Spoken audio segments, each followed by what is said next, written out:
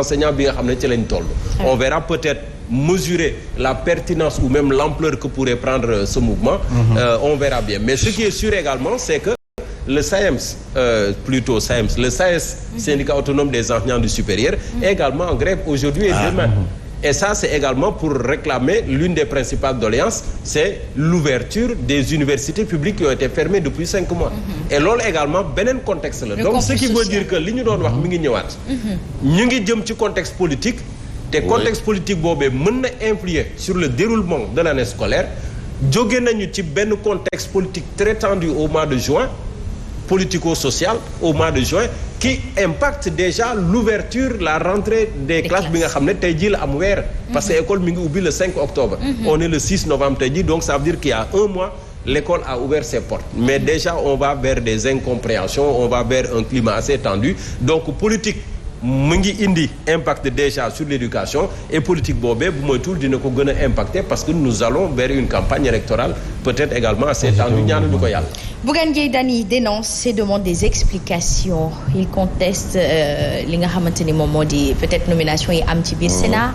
Avec des arguments. Avec des arguments. Alors lan nga ñu ci mën a wax sa jàngat, Simon Pierre Faye.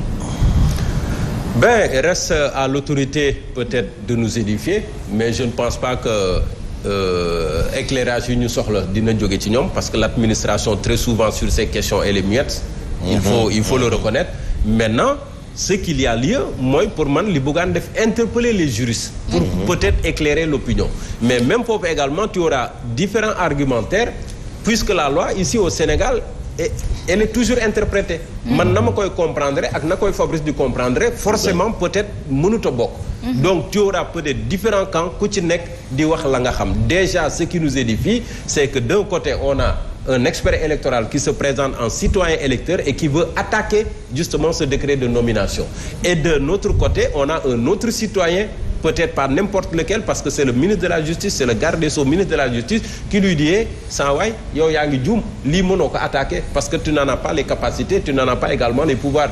Et de réplique en réplique on se retrouve dans une situation boo xam ne maintenant tout le monde s'en mêle, y compris nous. Est-ce que quelque part on ne s'est pas peut-être trompé ñun ñëpp ci autour de cette affaire.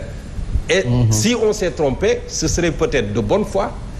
Mais affaire boobu tam fan la jóge mi ngi jóge principalement ci Doudou Ndir et son équipe.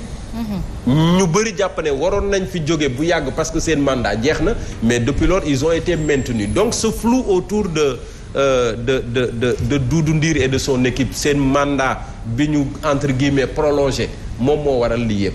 Et ça te ramène à la scène politique, ça te ramène également au jeu politique bi nga xam ne actuellement quoi qu'on dise Macky Sall est le maître du jeu, moom mooy manipuler ñi ci des di ci topp. Maintenant est-ce qu'on va réussir à remettre les pendules à l'heure? Est-ce qu'on va réussir à rééquilibrer les forces? Ça également c'est une autre paire de manches. En tout cas dans cette paire de manches, Fabrice Nguema, ndax mën nañ wax ne xalaat sax permettre xalaat ne nguur gi est-ce que bëgg nañ dëggantaan amal élection yi 2024. mais dinaa la wax benn affaire. gis nga la loi, le droit, la constitution. Les sujets autour du droit. benn sujet nga def thèse nga am 20 sur 20. def antithèse nga am 20 sur 20 wala 0 sur 20. nga am synthèse nga am 20 sur 20 ou 0 sur 20. bon 0 amul 5 sur 20. Voilà, c'est pour te dire que la complexité des textes.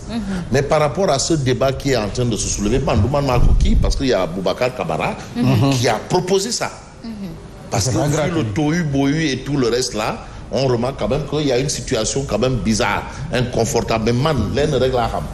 musuñu dem élection boo xamante ni il y a pas d'histoire. Depuis un moment. Même on a eu des législatives où on nous a presque ramené des ordonnances. C'était pas ordonnance, mais vraiment il fallait que diw def lii wala 5 candidats on prend 5 wala mën nga jël lépp wala il y a toujours un flou. Mais est-ce que c'est suffisant pour dire qu'il faut reporter une élection? Parce que le respect du calendrier électoral, c'est demandé par tout le monde.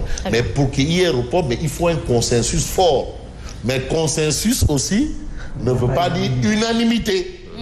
attention consensus ne veut pas dire unanimité donc foofu aussi beneen débat la donc c'est ça le consensus permet juste d'établir des règles sur lesquelles tout le monde est d'accord. Déjà Alioune Tine il appelle à un dialogue. Et lii également li gën a yokk affaire bi mooy le profil entre guillemets politique d'un des membres du Sénat nouvellement nommé. Parce que en 2019 les archives sont là, les faits sont là. On l'a connu comme responsable politique du parti au pouvoir. Donc foofu moo xaw a louche et ça repose le débat. Oui. Mais justement est-ce que loolu yëpp am nañu seen xel di wundu ne est-ce que du wut ne ñoom dañoo bëgg rek xaw indi polémique pour que ñu mën a dàq li nga xamante ne moo di élection présidentielle yi. même opposition comme société civile bi ñu tànnee bi ñu àndee ki nga xam ne mooy Sidiki Kaba.